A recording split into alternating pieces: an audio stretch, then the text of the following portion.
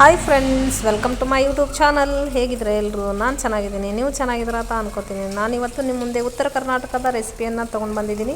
ಆ ರೆಸಿಪಿ ನೋಡೋಕ್ಕಿಂತ ಮುಂಚೆ ಲೈಕ್ ಮಾಡಿ, ಶೇರ್ ಮಾಡಿ, ಕಮೆಂಟ್ ಮಾಡಿ. ಹಾಗೆ ನನ್ನ ಚಾನಲನ್ನು ಸಬ್ಸ್ಕ್ರೈಬ್ ಆಗಿದ್ದಿಲ್ಲ ಅಂದರೆ ಸಬ್ಸ್ಕ್ರೈಬ್ ಮಾಡ್ಕೊಳ್ಳಿ. ಇದು ವಿಡಿಯೋನ ಸಬ್ಸ್ಕ್ರೈಬ್ ಮಾಡಿಕೊಂಡು ಆಮೇಲೆ ವಿಡಿಯೋನ ನೋಡೋಕ್ಕೆ ಸ್ಟಾರ್ಟ್ ಮಾಡಿ ಅಂತ ಹೇಳ್ತಾ ವಿಡಿಯೋನ ಸ್ಟಾರ್ಟ್ ಮಾಡೋಣ. ಇವತ್ತು ನೋಡಿ, ನಾವು ಉತ್ತರ ಕರ್ನಾಟಕ ರೆಸಿಪಿ ಏನಪ್ಪ ಅಂತಂದರೆ ದೊಣ್ಣೆ ಮೆಣಸಿನಕಾಯಿಯ ಗ್ರೇವಿ ಅಥವಾ ಪಲ್ಯವನ್ನು ಮಾಡೋದು ಹೇಗೆ ಅಂತ ನಾನು ನಿಮ್ಮದೇ ತೋರಿಸ್ತೀನಿ.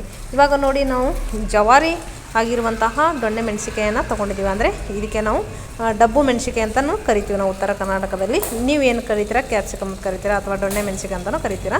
ಹಾಗಾಗಿ ನಾವು ಇದರಲ್ಲಿ ಈ ಥರ ಅಂತ ಕರಿತಿರ್ತೀವಿ. ಇವಾಗ ನೋಡಿ, ಅದನ್ನು ಫ್ರೆಶ್ ಆಗಿ ತೊಳೆದುಕೊಂಡು ನಾವೇನು ಮಾಡ್ತಾಯಿದ್ವಿ, ಕಟ್ಟನ್ನು ಮಾಡ್ತಾಯಿದ್ದೀವಿ. ಅಂದರೆ ಈ ಥರ 4 ಹೋಳನ್ನಾಗಿ ನಾವು ಕಟ್ಟನ್ನು ಮಾಡ್ಕೋಬೇಕು. ಅಂದರೆ ನೋಡಿ, ಇವಾಗ ಒಂದು ಸೈಡನ್ನು ಒಂದು ಕಟ್ ಮಾಡಿದ್ವಿ, ಅದು ತುಂಬಗಾಯಿ ಮಾಡೋದಕ್ಕೋಸ್ಕರ ನಾವು 4 ಭಾಗವನ್ನು ಕಟ್ ಮಾಡ್ಕೋಬೇಕು. ಅಂದರೆ ಫುಲ್ ಬಿಡಿ ಬಿಡಿಯಾಗಿ ಕಟ್ ಆಗಿರಬಾರ್ದು, ಮಿಡಲಲ್ಲಿ ಅಷ್ಟೇ ಸ್ವಲ್ಪ ಸೀಳ್ಕೊಂಡಿರಬೇಕು. ನೋಡಿ, 4 ಭಾಗಗಳನ್ನಾಗಿ ಕಟ್ ಮಾಡ್ಕೊಂಡ್ವಿ. ಇದನ್ನು ನೋಡಿ, ಎಲ್ಲ ದೊಣ್ಣೆ ಮೆಣಸಿಕಾಯಿಗಳನ್ನು ಇದೇ ಥರನೇ ಕಟ್ ಮಾಡ್ಕೋಬೇಕು. ಕಟ್ ಮಾಡ್ಕೊಂಡಾದಮೇಲೆ ನಾವಿವಾಗ ಒಂದು ಪಾತ್ರೆಯಲ್ಲಿ ಇದನ್ನು ಫ್ರೈ ಮಾಡ್ಕೋಬೇಕು. ಯಾಕಂತಂದರೆ ಇದನ್ನು ಹಸಿದಾಗಿ ಮಾಡೋದ್ರಿಂದ ನಾವು ಅದು ಚೆನ್ನಾಗಿ ಬೇಯ್ದಿರಲ್ಲ, ಆಮೇಲೆ ಹಸಿದಾಗಿರೋದ್ರಿಂದ ಕರ ಸೌಂಡ್ ಆಗುತ್ತೆ ಅಂತ ಹೇಳಿ ಇದನ್ನು ನಾವು ಸ್ವಲ್ಪ ಹುರ್ಕೋಬೇಕು. ಅಂದರೆ ಸ್ವಲ್ಪ ಎಣ್ಣೆಯನ್ನು ಹಾಕಿ ಫ್ರೈ ಮಾಡಿಕೊಂಡ್ರೆ ಅದು ತುಂಬಾ ಘಮ ಬರುತ್ತೆ. ಹಾಗಾಗಿ ಪಲ್ಯ ಕೂಡ ಅಷ್ಟೇ ಚೆನ್ನಾಗಾಗುತ್ತೆ ಅಂತ ಈ ಥರ ಫ್ರೈಯನ್ನು ಮಾಡ್ಕೊಳ್ಳೋಣ. ನೋಡಿ, ಇದು ನಾವು ಒಂದು ಕಡಾಯಿಯನ್ನು ಇಟ್ಕೊಂಡಿವಿ. ಕಡಾಯಿಗೆ ಇದು ದೊಣ್ಣೆ ಮೆಣಸಿಕಾಯನ್ನು ಹಾಕ್ಕೊಂಡು ಸ್ವಲ್ಪ ಆಯಿಲನ್ನು ಹಾಕ್ಕೋಬೇಕು. ಅಂದರೆ ಆ ದೊಣ್ಣೆ ಮೆಣಸಿಕಾಯಿ ತೊಳೆದಿರ್ತೀವಲ್ವ, ಹಾಗಾಗಿ ಅದನ್ನು ಸ್ವಲ್ಪ ನೀರನ್ನು ಡ್ರೈ ಆಗುವವರೆಗೂ ಹುರ್ಕೊಂಡು ನಂತರ ಸ್ವಲ್ಪ ಆಯಿಲನ್ನು ಮಿಕ್ಸ್ ಮಾಡಿಕೊಂಡು ಇದನ್ನು ನಾವು ಫ್ರೈ ಮಾಡ್ಕೋಬೇಕು. ಅದು ಫ್ರೈ ಯಾವ ಥರ ಆಗಬೇಕು ಅಂತಂದರೆ ಅದರಲ್ಲಿ ಚುಕ್ಕೆಗಳು ಬೀಳೋದು ಅಷ್ಟೇ ಆಗಬೇಕು. ಅಂದರೆ ಫುಲ್ ನಾವು ಸೀದೋಗೋ ಥರ ಫ್ರೈ ಆಗಬಾರ್ದು, ಆಮೇಲೆ ಫುಲ್ ಕಪ್ಪು ಚುಕ್ಕೆ ಥರನೂ ಕೂಡ ಆಗಬಾರ್ದು. ಹಾಗಾಗಿ ಫುಲ್ ಸ್ವಲ್ಪ ಅಂದರೆ ಡ್ರೈ ಆಗೋ ಥರ ಮೇಲೆ ಇರುವಂಥ ಸಿಪ್ಪೆನ ಸ್ವಲ್ಪ ಎಣ್ಣೆಯಲ್ಲಿ ಬೆಂದಿರೋ ಥರ ಆ ಥರ ಫ್ರೈಯನ್ನು ಮಾಡ್ಕೋಬೇಕು. ನೀವು ಕೂಡ ಇದನ್ನು ತುಂಬಾ ಇಷ್ಟಪಡ್ತಿರೋ ಅಂತ ಅನ್ಕೋತೀನಿ. ಇಷ್ಟಪಡ್ತಿರೋಂಥ ಇದನ್ನು ನಿಮಗೆ ಇಷ್ಟ ಆದರೆ ಸಬ್ಸ್ಕ್ರೈಬ್ ಮಾಡಿಕೊಂಡು ವಿಡಿಯೋನ ನೋಡು ಅಂತ ಹೇಳ್ತೀನಿ. ಇವಾಗ ನೋಡಿ, ಈ ಥರ ನಾವು ಫ್ರೈ ಮಾಡ್ಕೊಂಡಿವಿ. ಇದಕ್ಕೆ ಬೇಕಾಗಿರುವಂಥದ್ದು ಕರಿಬೇವು, ಆಮೇಲೆ ಟೊಮೆಟೊ, ಬೆಳ್ಳುಳ್ಳಿ, ಸ್ವಲ್ಪ ಹುಣಸೆ ಹಣ್ಣಿನ ರಸವನ್ನು ಕೂಡ ನಾವು ನೆನೆ ಇಟ್ಕೋಬೇಕು. ಹುಣಸೆ ಹಣ್ಣು ನಮಗೆ ಬೇಕಾಗುವಷ್ಟು ಹುಣಸೆ ಹಣ್ಣನ್ನು ತೊಗೊಂಡು ನಾವು ಅದನ್ನು ನೆನೆ ಹಾಕ್ಕೊಂಡು ಇಟ್ಕೋಬೇಕು. ಇವಾಗ ನೋಡಿ, ಇದಕ್ಕೆ ತುಂಬಗಾಯಿ ಮಾಡೋಕ್ಕೋಸ್ಕರ ನಮಗೆ ಬೇಕಾಗಿರುವಂಥ ಕಡಲೆ ಬೀಜವನ್ನು ನಾವು ಫ್ರೈ ಮಾಡ್ಕೊತಾ ಇದ್ವಿ. ಅಂದರೆ ಶೇಂಗಾದ ಕಾಳುಗಳನ್ನು ನಾವು ತೊಗೊಂಡು ಫ್ರೈ ಮಾಡ್ಕೊತಾ ಇದ್ವಿ. ಈ ಶೇಂಗಾ ಬೀಜವನ್ನು ಕೂಡ ನಾವು ತೊಗೊಂಡು ಒಂದು ಪಾತ್ರೆಯಲ್ಲಿ ಹಾಕಿ ಫ್ರೈ ಮಾಡ್ತಾಯಿದ್ವಿ. ಅಂದರೆ ಇದು ಕೂಡ ನಾವು ಸಿಪ್ಪೆ ಹೋಗೋ ಥರ ಅಷ್ಟೇ ಫ್ರೈ ಮಾಡ್ಕೋಬೇಕು. ಅಂದರೆ ಇವತ್ತು ತುಂಬಗಾಯಿ ಮಾಡೋಕ್ಕೋಸ್ಕರ ನಮಗೆ ಶೇಂಗಾ ಬೀಜ ಕಂಪಲ್ಸರಿ ಬೇಕು. ಹಾಗಾಗಿ ಇದನ್ನು ನಾವು ಪೌಡ್ರ್ ಮಾಡಿಕೊಂಡು ಮುಂದೆ ತುಂಬಗಾಯಿ ಮಾಡೋಕ್ಕೋಸ್ಕರ ನಾವು ಇದನ್ನು ಫ್ರೈ ಮಾಡ್ಕೋಬೇಕು. ಈ ಥರ ಫ್ರೈ ಮಾಡ್ಕೊಂಡು ಆದಮೇಲೆ ಇದನ್ನು ನಾವು ಒಂದು ಮಿಕ್ಸಿ ಜಾರಿಯನ್ನು ತಗೊಂಡು ಮಿಕ್ಸಿ ಜಾರಿಯಲ್ಲಿ ಇದನ್ನು ನಾವು ರುಬ್ಕೊಳ್ಳೋಣ. ಅಂದರೆ ತರಿಯಾಗಿಯೇ ರುಬ್ಬಬೇಕು. ಇದು ಫುಲ್ ಪೌಡ್ರ್ ಆಗೋ ಥರನೂ ಬೇಡ, ಫುಲ್ ತರಿನೂ ಬೇಡ, ಒಂದು ಮಿಡಲಲ್ಲಿನ ಇದನ್ನು ರುಬ್ಕೋಬೇಕು. ಮಿಕ್ಸಿ ಜಾರಿಯನ್ನು ತಗೊಂಡು ಮಿಕ್ಸಿ ಜಾರಿಯಲ್ಲಿ ಹಾಕ್ಕೊಂಡಿವಿ. ಇವಾಗ ಶೇಂಗಾ ಬೀಜವನ್ನು ಈ ಥರ ಹುರ್ಕೊಂಡಿದ್ವಿ, ಕಾಣಿಸುತ್ತೆ ನಿಮಗೆ. ಸ್ವಲ್ಪ ಕಪ್ಪು ಚುಕ್ಕೆ ಬೀಳೋ ಥರ ಹುರಿದ್ರೆ ಸಾಕು. ಇವಾಗ ನಾವು ಇದನ್ನು ಸ್ವಲ್ಪ ತರಿಯಾಗಿ, ಅಂದರೆ ನಾವು ತಿನ್ನೋವಾಗ ಅದರ ಶೇಂಗಾದ ಕಾಳುಗಳ ಥರ ಹತ್ತಬೇಕು. ಇದನ್ನು ಈ ಥರ ತರಿಯಾಗಿ ರುಬ್ಕೊಂಡ್ವಿ. ಇದಕ್ಕೆ ನಾವು ಏನೆಲ್ಲ ಸೇರಿಸ್ತೀವಿ ಅನ್ನೋದನ್ನು ನೋಡೋಣ ಬನ್ನಿ. ಇವಾಗ ನಾವು ಇದು ದೊಣ್ಣೆ ಮೆಣಸಿಕಾಯಿ ಮಾಡಬೇಕು ಅಂತಂದರೆ ಇದಕ್ಕೆ ಕಲರಾಗಿಗೋಸ್ಕರ ನಾವು ಹಳದಿಯನ್ನು ಮಿಕ್ಸ್ ಮಾಡ್ಕೊಂಡ್ವಿ. ನಂತರ ಇದಕ್ಕೆ ರುಚಿಗೆ ತಕ್ಕಷ್ಟು ಉಪ್ಪನ್ನು ಸೇರಿಸ್ಕೋಬೇಕು. ನೋಡಿ, ಅಂದರೆ ಪೌಡ್ರ್ ಉಪ್ಪನ್ನು ನಾವು ಸೇರಿಸ್ಕೋಬೇಕು. ಕಲ್ಲುಪ್ಪಲ್ಲ, ಅದು ಸಿಗುತ್ತೆ, ಆಮೇಲೆ ಕರಿ ಹೋಗಲ್ಲ ಅಂತ ನಾವು ಕಲ್ಲುಪ್ಪನ್ನು ಸೇರಿಸೋದು ಬೇಡ. ಪೌಡ್ರ್ ಉಪ್ಪು ಅಂದರೆ ನಾವು ಇವಾಗ ಶೇಂಗಾ ಬೀಜವನ್ನು ತರಿಯಾಗಿ ಮಾಡ್ಕೊಂಡಿರ್ತೀವಲ್ಲ, ಹಾಗಾಗಿ ನಾವು ಪೌಡ್ರ್ ಉಪ್ಪನ್ನೇ ಸೇರಿಸ್ಕೋಬೇಕು.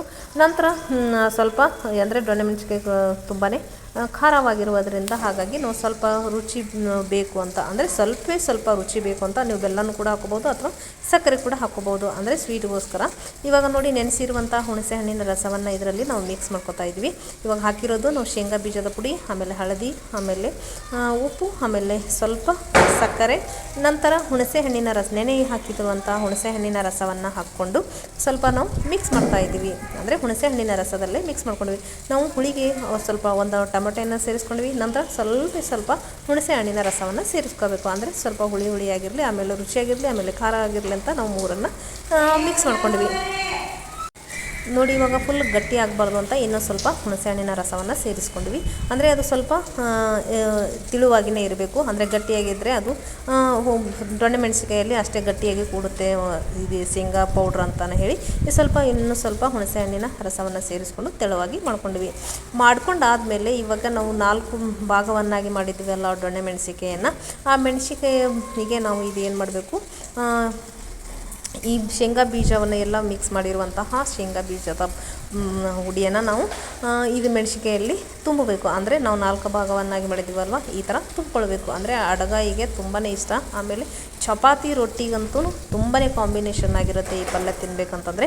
ಇದು ನಮ್ಮ ಉತ್ತರ ಕರ್ನಾಟಕದಲ್ಲಿ ಇದು, ಆಮೇಲೆ ನಮ್ಮದು ಬದನೆಕಾಯಿ ಅಂದರೆ ಎಣ್ಣೆಗಾಯಿ, ಆಮೇಲೆ ದೊಣ್ಣೆ ಮೆಣಸಿಕಾಯಿ ಅಡಗಾಯಿ ಅಂತಂದರೆ ತುಂಬಾ ಫೇಮಸ್ ಆಗಿರುವಂತಹ ರೆಸಿಪಿನೇ ಇದು. ನೀವು ಕೂಡ ಇಷ್ಟಪಟ್ಟು ನಿಮ್ಮ ಮನೆಯಲ್ಲಿ ಮಾಡಿ ಅಂತ ಹೇಳ್ತೀನಿ. ನೋಡಿ ಈ ಥರ ಪೌಡ್ರ್ ಅಂದರೆ ಮಿಕ್ಸ್ ಮಾಡಿರುವಂತಹ ಪೌಡ್ರದನ್ನು ಈ ಥರ ನಾವು ಮೆಣಸಿಕಾಯಲ್ಲಿ ತುಂಬಿಕೊಳ್ಬೇಕು.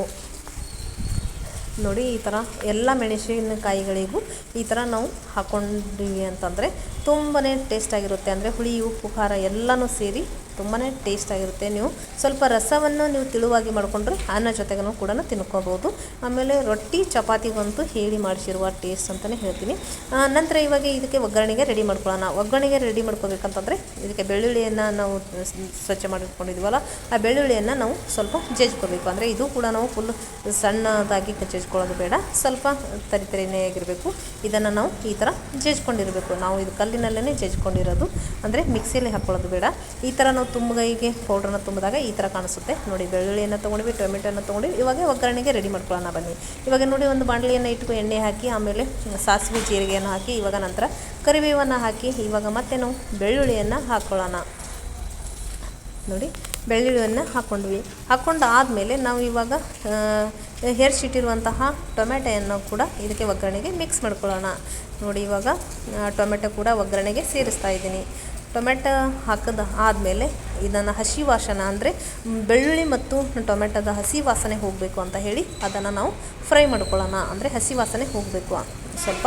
ಇದು ಜೊತೆಗೆ ನಾವು ಮೆಣಸಿನಕಾಯಿ ಇದರಲ್ಲಿ ಸೇರಿಸ್ಕೊಂಡ್ವಿ ಅಂದರೆ ಟೊಮೆಟೊ ಬೆಂದಿರಲ್ಲ, ಹಾಗಾಗಿ ಸ್ವಲ್ಪ ಎಣ್ಣೆಯಲ್ಲಿ ಇದು ಕೂಡ ಫ್ರೈ ಆಗಬೇಕು ಅಂತ ಹೇಳಿ ನಾವು ಟೊಮೆಟೊವನ್ನು ಹಾಗೆ ಬೆಳ್ಳುಳ್ಳಿಯನ್ನು ಇದರಲ್ಲಿ ಫ್ರೈ ಮಾಡ್ಕೊಂಡ್ವಿ. ಏನಂದರೆ ಎಣ್ಣೆಯಲ್ಲಿ ಫ್ರೈ ಮಾಡ್ಕೊಂಡ್ವಿ. ಫ್ರೈ ಮಾಡ್ಕೊಂಡಾದಮೇಲೆ ಇವಾಗ ನಾವು ತುಂಬಿ ಇಟ್ಟಿರುವಂತಹ ದೊಣ್ಣೆ ಮೆಣಸಿನಕಾಯಿಗಳನ್ನು ಇದರ ಒಗ್ಗರಣೆಗೆ ಸೇರಿಸ್ಕೊಂಡಾದಮೇಲೆ ಎಲ್ಲನೂ ಅಂದರೆ ಒಗ್ಗರಣೆಯನ್ನು ಇದಕ್ಕೆ ಜೊತೆಗೆ ಹಾಕಿ ಒಗ್ಗರಣೆಯನ್ನು ಮಿಕ್ಸಲ್ಲಿ ಆಗಬೇಕಂದ್ರೆ ಇದನ್ನು ನಾವು ಈ ಥರ ಕೈ ಆಡಿಸ್ತಿರ್ಬೇಕು. ಅಂದರೆ ನಾವು ಇದನ್ನು ಮಿಕ್ಸಪ್ ಮಾಡ್ಕೋಬೇಕು.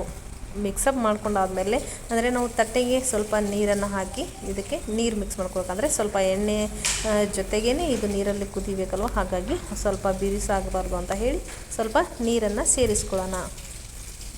ನೋಡಿ ಇವಾಗ ನಾವು ದೊಣ್ಣೆ ಮೆಣಸಿಕಾಯನ್ನು ಶೇಂಗಾದ ಪುಡಿ ಜೊತೆಗೆ ಸೇರಿಸ್ಕೊಂಡಿದ್ದೀವಲ್ಲ, ಅದೇ ಶೇಂಗಾದ ಪುಡಿಗೆ ಸ್ವಲ್ಪ ನೀರನ್ನು ಮಿಕ್ಸ್ ಮಾಡಿಕೊಂಡು ಈ ಥರ ನೀರು ಹಾಕಿ ಒಂದು ನಾವು ಪಾತ್ರೆಯನ್ನು ಮುಚ್ಚಿಟ್ರೆ ನಂತರ ನೋಡಿ ರೆಡಿ ಆಯಿತು. ಇವಾಗ ನಾವು ಎಲ್ಲ ಮುಗಿದಾದ್ಮೇಲೆ ಸ್ವಲ್ಪ ಮೇಲೆ ಕೊತ್ತಂಬರಿಯನ್ನು ಹಾಕಿ ಮಾಡಿದರೆ ಇದು ರೊಟ್ಟಿ ಮತ್ತು ಚಪಾತಿ ಜೊತೆಗೆ ಕಾಂಬಿನೇಷನ್ ಆಗಿರುವಂತಹ ದೊಣ್ಣೆ ಮೆಣಸಿನಕಾಯಿ ರೆಡಿ.